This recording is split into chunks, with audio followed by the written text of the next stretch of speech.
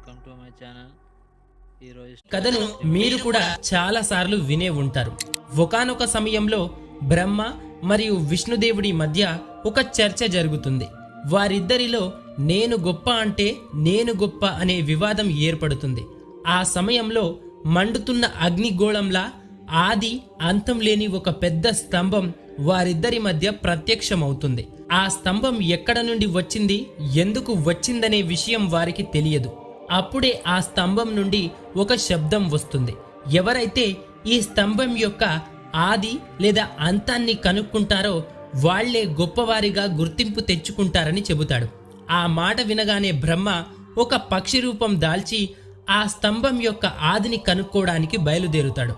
మరోవైపు విష్ణువు వరాహ రూపం దాల్చి స్తంభానికి అంతం ఎక్కడ ఉందో కనుక్కోవడానికి బయలుదేరుతాడు.